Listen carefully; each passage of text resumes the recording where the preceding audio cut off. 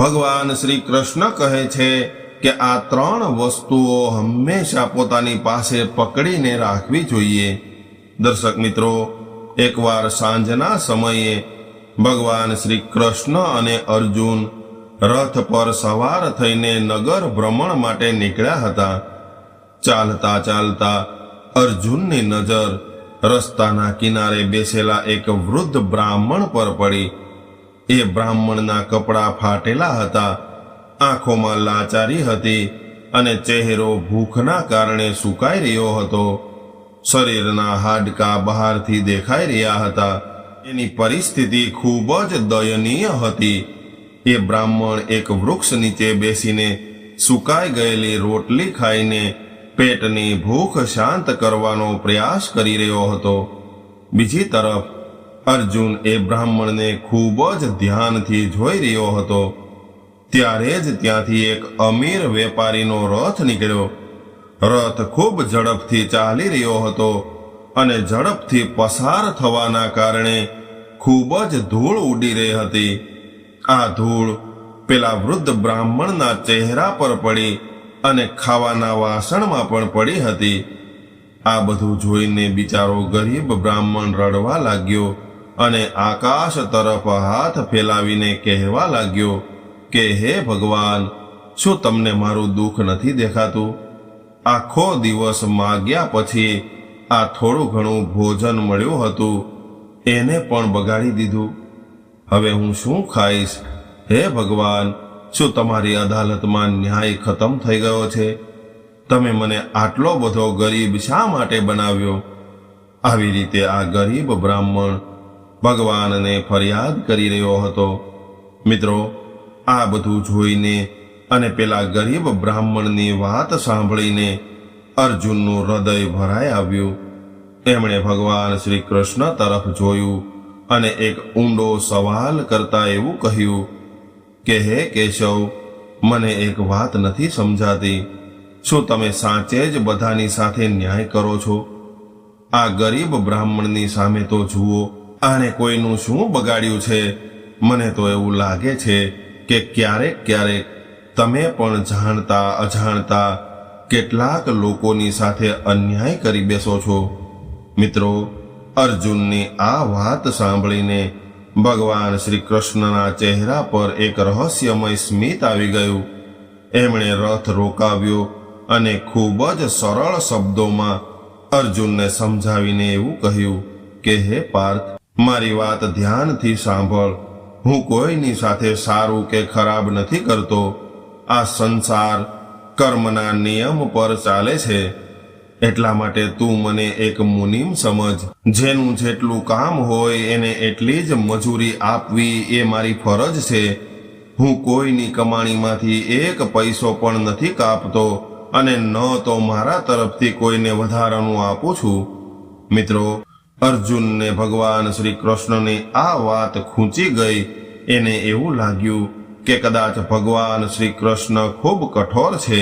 ત્યારે અર્જુનને એવું લાગ્યું કે મારી પાસે પણ આટલું બધું ધન છે, એટલે મારે જ આ બ્રાહ્મણને કંઈક આપીને એની ગરીબી મટાડવી જોઈએ, આનું દુઃખ દૂર કરવું જોઈએ। આવું વિચારીને એ જ સમયે અર્જુન રથ પરથી નીચે ઉતર્યો અને આ બ્રાહ્મણ પાસે પહોંચી ગયો। એ સમયે અર્જુનના મનમાં એક જ વિચાર ચાલતો હતો કે જે કામ ભગવાન ન કરી શક્યા એ કામ હું કરીશ। ત્યારબાદ અર્જુન કહેવા લાગ્યો કે હે બ્રાહ્મણ દેવતા, હવે રડવાનું બંધ કરો, કેમ કે હું પાંડુ પુત્ર અર્જુન તમારી ગરીબીને હંમેશા માટે મટાડવા માટે આવ્યો છું। ત્યારબાદ અર્જુને પોતાની કમર પરથી 100 સોનાના સિક્કાઓથી ભરેલી એક થેલી આ બ્રાહ્મણને આપી અને કહેવા લાગ્યો કે હે બ્રાહ્મણ દેવતા, આ પોટલીમાં એટલું બધું ધન છે કે તમારી 7 પેઢીઓ એશ કરશે। હવે તમારે ક્યારેય કોઈની સામે હાથ ફેલાવવાની જરૂર નહીં પડે, એટલે હવે તમે તમારું કિસ્મત બદલી નાખો। મિત્રો, આ જોઈને પેલો ગરીબ બ્રાહ્મણ ખૂબ ખુશ થઈ ગયો। એના ચહેરા પર ખુશી આવી ગઈ। એણે અર્જુનના પગ પકડી લીધા અને આશીર્વાદ આપીને ખૂબ ખુશ થઈને પોતાના ઘર તરફ દોડવા લાગ્યો। રસ્તામાં એ એવું વિચારતો હતો કે હવે હું આ પૈસાથી એક મોટો મહેલ બંધાવીશ, સારા કપડાં પહેરીશ અને આ ગરીબીને લાત મારી દઈશ। દર્શક મિત્રો, આ બાજુ અર્જુન પાછો પોતાના રથ પર આવીને ખૂબ જ ગર્વથી ભગવાન શ્રી કૃષ્ણ તરફ જોઈને કહેવા લાગ્યો કે જોયું કેશવ, તમે કહ્યું હતું ને કે તમે મુનિમ છો અને તમે તો ના કોઈને વધારે આપો છો, ના કોઈની કમાણીમાંથી એક પૈસાની કટોતી કરો છો, પરંતુ મેં તો એક જ પળમાં એની આખી જિંદગી બદલી નાખી। હવે એ બ્રાહ્મણ ગરીબ નહીં રહે। દોસ્તો, ત્યારે ભગવાન શ્રી કૃષ્ણએ અર્જુનના ખભા પર હાથ રાખ્યો અને ધીમેથી કહ્યું કે હે પાર્થ, તે એને પૈસા તો આપી દીધા, પરંતુ શું તું એ ગરીબ બ્રાહ્મણને એનું ભાગ્ય આપી શકે છે? મને એવું લાગે છે કે ના, તું એને એનું ભાગ્ય નહીં આપી શકે। હે પાર્થ, એક વાત યાદ રાખજે, જે દાન દેખાવ અને ઘમંડની સાથે આપવામાં આવે છે એ આશીર્વાદ નહીં, પરંતુ એક ખૂબ જ કઠિન પરીક્ષા બને છે।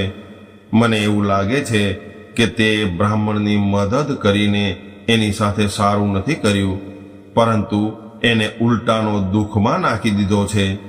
મિત્રો, ભગવાન શ્રી કૃષ્ણની આવી વાત સાંભળીને અર્જુન હેરાન રહી ગયો અને કહેવા લાગ્યો કે હે પ્રભુ, એવું કેવી રીતે થઈ શકે? મેં તો એની મદદ કરી છે।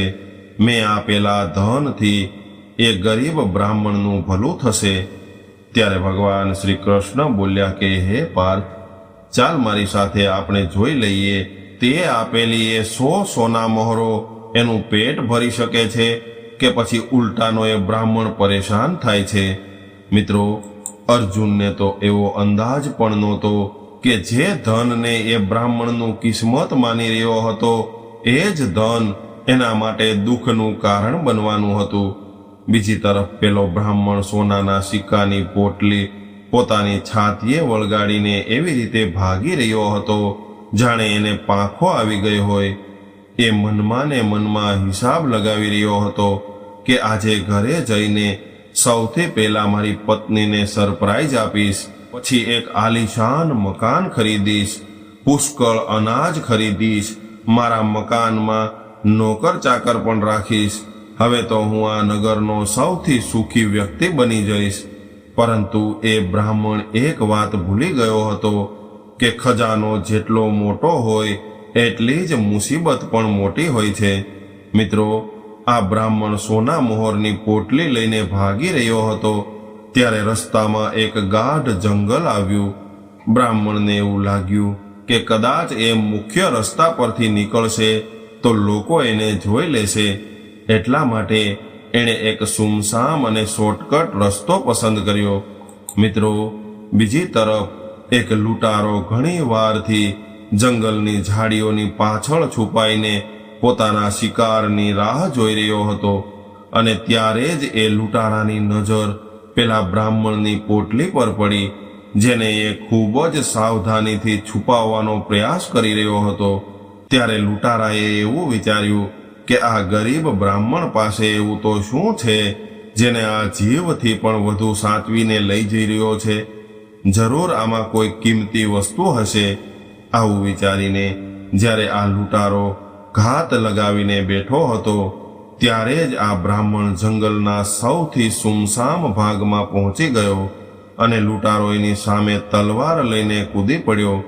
ત્યારબાદ કહેવા લાગ્યો કે ઊભો રહી જા વૃદ્ધ બ્રાહ્મણ, ચૂપચાપ આ પોટલી મારા હવાલે કરી દે, નહીંતર આજે તને જીવતો મારી નાખીશ। ત્યારે બ્રાહ્મણ ધ્રુજતા ધ્રુજતા કહેવા લાગ્યો કે ના ભાઈ, આ મારા આખા જીવનની જમા પૂંજી છે, ભગવાનને ખાતર મને છોડી દ્યો, આ મને ખૂબ જ મુશ્કેલીથી મળી છે। ત્યારે લૂંટારો હસતા હસતા કહેવા લાગ્યો કે તારી જમા પૂંજી હવે મારી છે, એટલે ચૂપચાપ એ મને સોંપી દે। આટલું કહીને લૂંટારાએ બ્રાહ્મણને ધક્કો માર્યો અને એક ઝટકે પેલી પોટલી બ્રાહ્મણ પાસેથી છીનવી લીધી। બિચારો બ્રાહ્મણ જમીન પર પડી ગયો અને લૂંટારો આંખના પલકારામાં ગાયબ થઈ ગયો. બ્રાહ્મણના પગ નીચેથી જમીન સરકી ગઈ. મિત્રો, જે બ્રાહ્મણ હજુ થોડી મિનિટો પહેલા પોતાને રાજા સમજી રહ્યો હતો, હવે એ ફરીથી એ જ ભિખારી બની ગયો હતો. એ હવે ધ્રુસકે ધ્રુસકે રડવા લાગ્યો અને કહેવા લાગ્યો કે હાય રે મારી ફૂટેલી કિસ્મત, મારા જીવનમાં સુખ તો આવ્યું, પરંતુ દરવાજાની અંદર કદમ રાખતા પહેલા જ પાછું વળી ગયું. હવે આ બ્રાહ્મણ ખાલી હાથે અને તૂટેલા હૃદય સાથે પોતાની ઝૂંપડીએ પહોંચ્યો. પત્નીએ જ્યારે એની હાલત જોઈ તો એ પણ રડવા લાગી. ત્યારબાદ બ્રાહ્મણે આખી વાત પોતાની પત્નીને જણાવી કે કેવી રીતે અર્જુને એને અમીર બનાવ્યો હતો અને કેવી રીતે એક લૂંટારાએ એને ફરીથી ભિખારી બનાવી દીધો. મિત્રો, બીજા દિવસે ભગવાન શ્રી કૃષ્ણ અને અર્જુન ફરીથી એ જ રસ્તા પરથી પસાર થયા. અર્જુનની નજર ફરીથી એ જ બ્રાહ્મણ પર પડી જે ભીખ માગી રહ્યો હતો. અર્જુનને એવું લાગ્યું કે આજે તો એ બ્રાહ્મણ સારા કપડામાં હશે, કદાચ મીઠાઈઓ વહેંચતો હશે, પરંતુ આ શું છે? આ બ્રાહ્મણ તો ફરીથી એ જ ઝાડ નીચે બેસીને ભીખ માંગી રહ્યો છે. આવું દ્રશ્ય જોઈને અર્જુને તરત જ રથ ઊભો રાખ્યો અને રથ પરથી ઉતરીને દોડીને ફરીથી એ જ બ્રાહ્મણ પાસે જઈને કહેવા લાગ્યો કે હે બ્રાહ્મણ દેવતા, આ શું હાલત બનાવી રાખી છે? ગઈકાલે તો તમને મેં 100 સોના મોહરના સિક્કા આપ્યા હતા, શું તમે એનાથી પોતાની ગરીબી ન મિટાવી શક્યા? ત્યારે બ્રાહ્મણે રડતા રડતા આખી ઘટના જણાવી કે હે ધનંજય, મારું કિસ્મત ખરાબ છે. એ પોટલી તો ઘરે પહોંચતા પહેલા જ લૂંટાઈ ગઈ હતી. હવે તો મને એવું લાગે છે કે હું ગરીબીમાં જ પેદા થયો છું અને ગરીબીમાં જ મરી જઈશ. મિત્રો, આવું સાંભળીને અર્જુન ચોંકી ગયો અને એમણે વળીને ભગવાન શ્રી કૃષ્ણ તરફ જોયું. ત્યારે ભગવાન શ્રી કૃષ્ણ ધીમે ધીમે હસતા હસતા કહેવા લાગ્યા કે હે પાર્થ, જોઈ લીધું ને, મેં તને કહ્યું હતું કે હું એક મુનિમ છું. એ બ્રાહ્મણના કર્મોના ખાતામાં હજુ પણ સુખની કમાણી જમા નથી થઈ, એટલા માટે તારા દ્વારા આપવામાં આવેલું ધન એની પાસે ન ટકી શક્યું. જ્યાં સુધી માણસની અંદરનો સ્વાર્થ નથી ભરાતો, ત્યાં સુધી બહારની કોઈ પણ સંપત્તિ એને ક્યારેય સુખી નથી કરી શકતી. દર્શક મિત્રો, હવે અર્જુન કહેવા લાગ્યો કે હે કેશવ, શું આનો અર્થ એ છે કે એ બ્રાહ્મણ ક્યારેય સુખી નહીં થાય?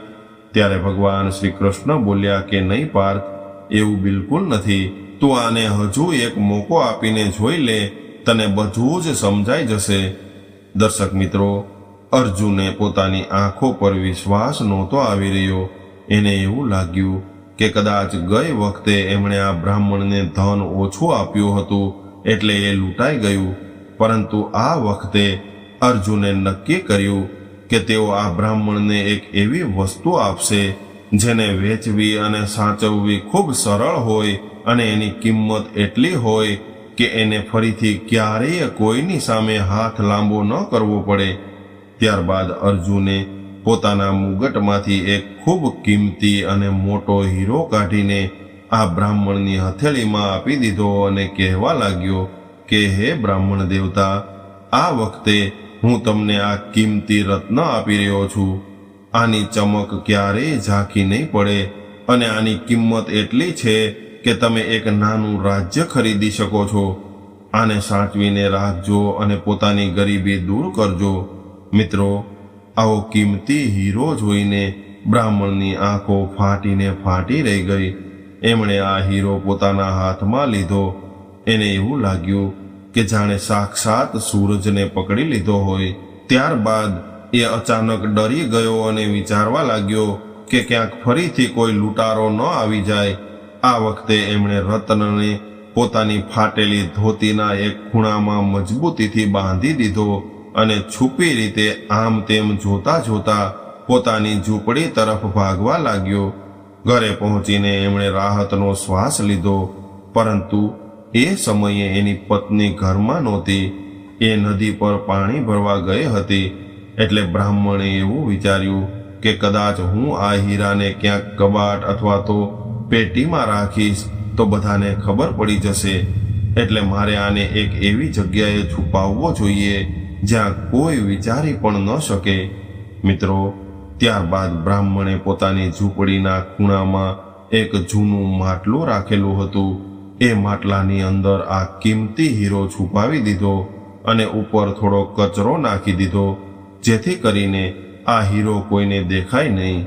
ત્યારબાદ બ્રાહ્મણ નિશ્ચિંત થઈ ગયો અને થાકના કારણે સૂઈ ગયો. મિત્રો, ત્યારે જ એની પત્ની પાણી ભરીને પાછી ફરી, પરંતુ ત્યારે થયું એવું કે રસ્તામાં એનો નવો ઘડો જેનાથી એ પાણી ભરીને લાવી રહી હતી એ ક્યાંક ઠોકર વાગવાથી જમીન પર પડીને તૂટી ગયો અને બધું જ પાણી ઢોળાઈ ગયું. ત્યારે એને યાદ આવ્યું કે મારી ઝૂંપડીના ખૂણામાં એક જૂનું માટલું પડ્યું છે, એટલે એ આ માટલું લેવા માટે ઘરે આવી અને ત્યાંથી માટલું ઉઠાવી લીધું. બ્રાહ્મણ તો હજુ પણ સૂતો હતો, એટલે એની પત્ની ચૂપચાપ આ માટલું લઈને ફરીથી નદી તરફ ચાલવા લાગી. મિત્રો, બ્રાહ્મણની પત્ની જ્યારે નદીના કિનારે પહોંચી અને આ માટલું પાણીમાં ડૂબાડ્યું, ત્યારે આ માટલામાં રહેલો કચરો અને એની સાથે પેલો કિંમતી હીરો પણ પાણીના પ્રવાહમાં તણાઈ ગયો. બ્રાહ્મણની પત્નીને ખબર નહોતી કે એણે શું ગુમાવી દીધું છે.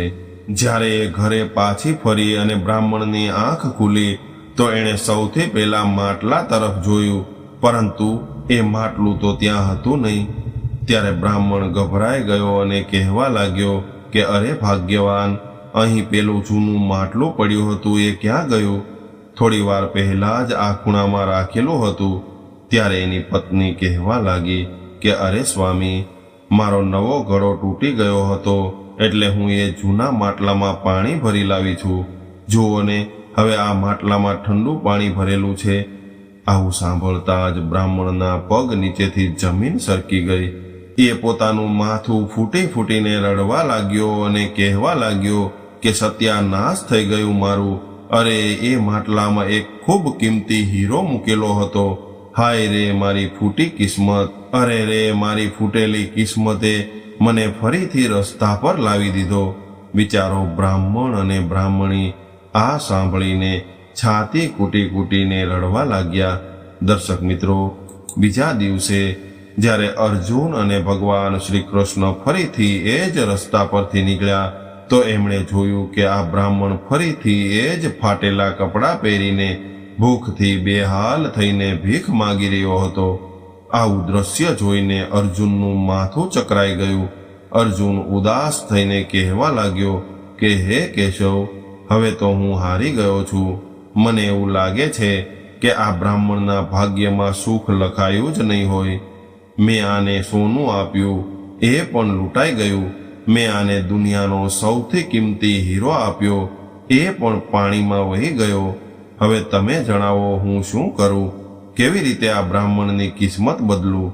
ત્યારે ભગવાન શ્રી કૃષ્ણ ધીમેથી હસીને અર્જુનના ખભા પર હાથ રાખીને કહેવા લાગ્યા કે હે પાર્થ, તને ખબર છે આ ભૂલ ક્યાં થઈ છે?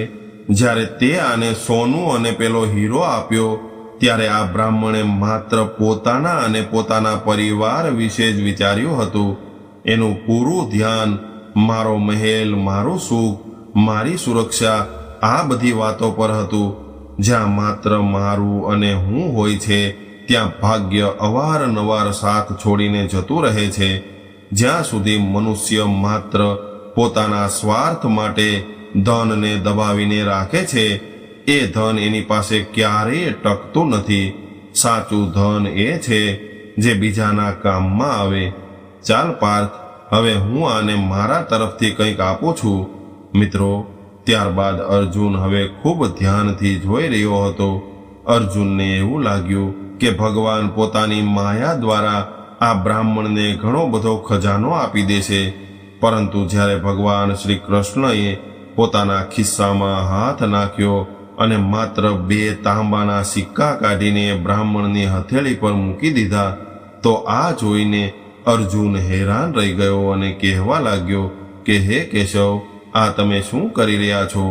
મેં આને સોનાના સિક્કા આપ્યા, કિંમતી હીરો આપ્યો, ત્યારે તો આની ગરીબી મટી નથી, તો પછી આ 2 સામાન્ય સિક્કાથી આનું શું ભલું થશે?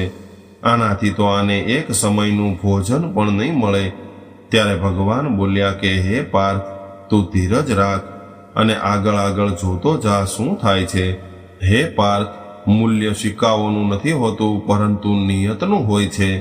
ત્યારબાદ ભગવાન શ્રી કૃષ્ણએ આપેલા 2 સિક્કા લઈને બ્રાહ્મણ પોતાના ઘર તરફ ચાલવા લાગ્યો અને રસ્તામાં વિચારવા લાગ્યો કે અર્જુનના મિત્ર ભગવાન શ્રી કૃષ્ણ તો ખૂબ કંજૂસ નીકળ્યા. આટલી મોટી મોટી વાતો કરે છે અને હાથમાં 2 સિક્કા પકડાવી દીધા. આનાથી તો ઘર માટે મીઠું પણ નહીં આવે. દર્શક મિત્રો, બ્રાહ્મણ આવી જ અવઢવમાં ડૂબેલો નદી કિનારેથી પસાર થઈ રહ્યો હતો. ત્યારે જ એણે જોયું કે એક માછીમારે હમણાં જ જાળ ફેંકી અને એમાં એક સુંદર માછલી ફસાઈ ગઈ હતી. માછલી પાણી વિના તડપી રહી હતી.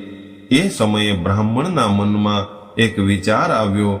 એણે એવું વિચાર્યું કે મારી પાસે આ 2 સિક્કા છે, એનાથી મારું તો કોઈ મોટું કામ નહીં થાય, પરંતુ જો હું આ સિક્કા આ માછીમારને આપી દઉં તો કદાચ આ બેજુબાન માછલીનો જીવ બચી જશે.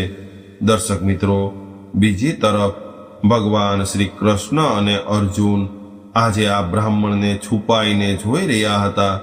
અર્જુન એ જોવા માંગતો હતો કે ભગવાન શ્રી કૃષ્ણ આ બ્રાહ્મણનું દુઃખ કેવી રીતે દૂર કરે છે અને એ આ 2 સિક્કાથી એનું કેવી રીતે ભલું કરવાના છે. મિત્રો, બ્રાહ્મણે મોડું કર્યા વિના માછીમારને કહ્યું કે અરે ભાઈ, આ માછલીને મારતા નહીં, આ લ્યો 2 સિક્કા અને આ માછલી મને આપી દો. આવું સાંભળતા જ માછીમાર ખુશ થઈ ગયો, કારણ કે એને માછલી વેચીને 2 સિક્કા જ મળવાના હતા. એણે સિક્કા લઈ લીધા અને માછલી બ્રાહ્મણને આપી દીધી. બ્રાહ્મણે ખૂબ જ કોમળતાથી માછલીને પોતાના કમંડળમાં મૂકી અને એને નદીના ચોખ્ખા પાણીમાં છોડવા માટે આગળ વધ્યો. મિત્રો, જેવી જ એણે માછલીને નદીમાં નાખી, માછલીએ જોરથી પચડાટ કરી અને એના મોંમાંથી એક ચમકતી મણી એટલે કે હીરો નીકળ્યો. બ્રાહ્મણે નમીને જોયું તો એ હેરાન રહી ગયો, કારણ કે આ એ જ હીરો હતો જેને એણે પોતાના ઘરે માટલામાં સંતાડ્યો હતો. આ જોઈને બ્રાહ્મણ ખૂબ ખુશ થઈ ગયો અને ત્યાં ને ત્યાં કૂદવા લાગ્યો અને ચિલ્લાવા લાગ્યો કે અરે, મળી ગયો, મળી ગયો, જુઓ મને મારો ખોવાયેલો મળી ગયો. દર્શક મિત્રો, સંયોગ તો જુઓ, એ સમયે એ જ લૂંટારો ઝાડીમાં છુપાઈને બેઠો હતો જેણે બ્રાહ્મણના સોનાના સિક્કા ચોર્યા હતા. જ્યારે એણે બ્રાહ્મણને જોર જોરથી ચિલ્લાતો સાંભળ્યો કે મળી ગયો, મળી ગયો, એ લૂંટારો ખૂબ ગભરાઈ ગયો અને એણે વિચાર્યું કે આ બ્રાહ્મણે મને જોઈ લીધો છે અને ઓળખી લીધો છે અને ખબર પડી ગઈ છે કે હું અહીંયા છુપાઈને બેઠો છું, એટલે હવે આ શોર મચાવીને સૈનિકોને બોલાવી રહ્યો છે. કદાચ હું પકડાઈ જઈશ તો રાજા મને ફાંસી પર લટકાવી દેશે. મિત્રો, ડરના માર્યા એ લૂંટારો બહાર આવ્યો અને બ્રાહ્મણના પગમાં પડી ગયો અને કરગરવા લાગ્યો અને કહેવા લાગ્યો કે હે બ્રાહ્મણ દેવતા, મને માફ કરી દો. મને ખબર નહોતી કે તમારી પહોંચ આટલી ઉપર છે. આ લ્યો, તમારા સોનાના સિક્કા પાછા લઈ લ્યો. મેં આમાંથી એક પણ સિક્કો ઓછો નથી કર્યો. બસ મને સૈનિકોના હવાલે ન કરતા. દોસ્તો, બીજી તરફ અર્જુન દૂર ઊભા રહીને આ બધું જોઈ રહ્યો હતો. એમની આંખો આ જોઈને ફાટી રહી ગઈ. જ્યાં દોલત ફેલ થઈ ગઈ, ત્યાં દયાએ કામ કરી દીધું. અર્જુન કહેવા લાગ્યો કે હે કેશવ, આ તમારી કેવી લીલા છે?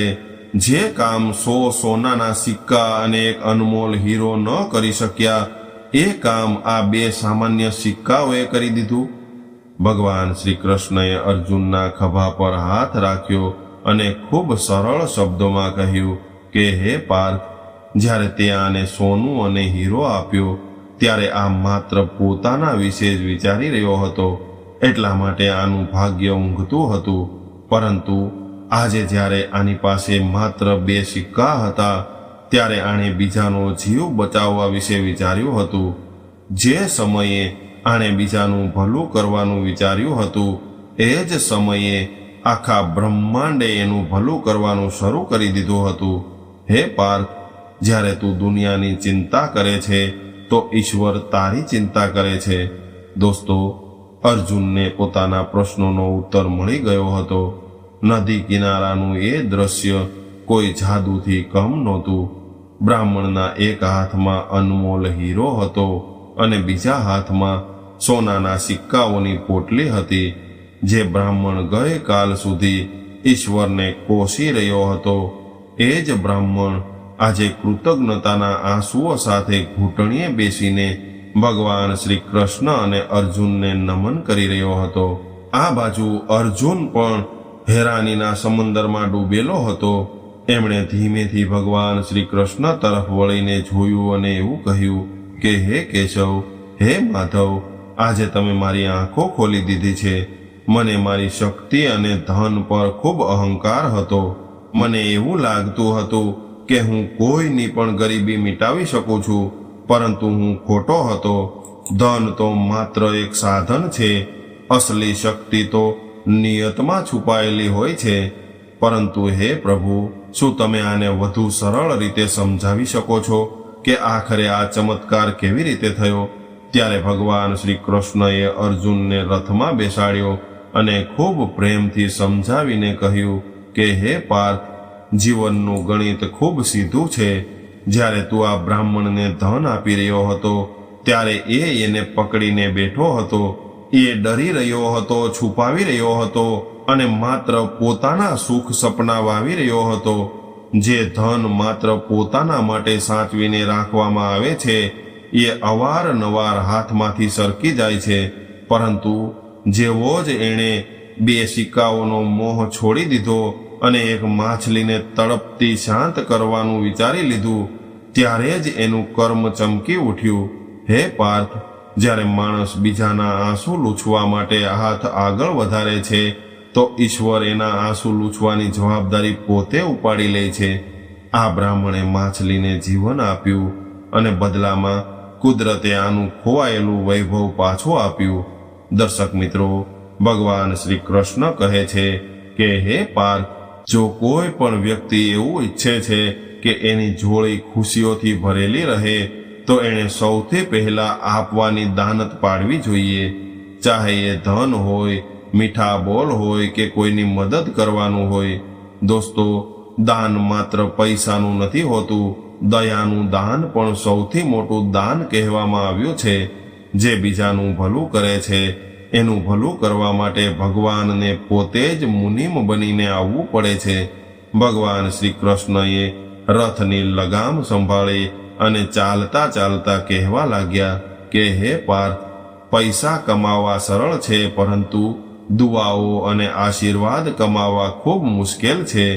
જેની પાસે દુઆઓની પૂંજી જમા છે, એને દુનિયાનો કોઈ લૂંટારો લૂંટી નથી શકતો અને સમયની કોઈ નદી એને વહાવી નથી શકતી.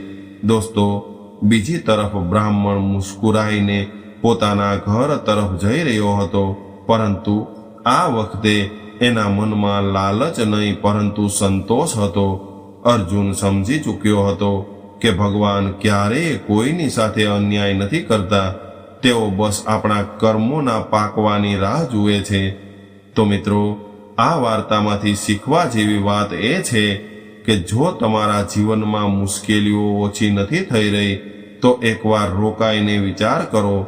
જો તમે માત્ર પોતાના માટે જીવી રહ્યા છો, તો એકવાર કોઈ ગરીબ અથવા મજબૂરની મદદ કરીને જુઓ. કોઈ બેજુબાનને ખવડાવીને જુઓ. વિશ્વાસ રાખો, જે ચમત્કાર સોનું ચાંદી નહીં કરી શકે, એ કોઈની આપેલી દુઆ જરૂર કરી દેશે. તો મિત્રો, હું આશા રાખું છું કે આ વાર્તાએ તમારા હૃદયને જરૂરથી સ્પર્શ કર્યો હશે અને તમારા જીવનમાં જરૂર એક નવી શીખ લઈને આવી હશે. મિત્રો, જો આ વાર્તા તમને પસંદ આવી હોય તો વિડીયોને લાઈક કરીને તમારા મિત્રો સાથે શેર કરજો અને નવા મહેમાન હોય તો અમારી ચેનલને સબસ્ક્રાઇબ જરૂરથી કરજો. ફરી મળીએ એક નવી વાર્તા સાથે. ત્યાં સુધી બધા જ મિત્રોને જય શ્રી કૃષ્ણ. રાધે રાધે.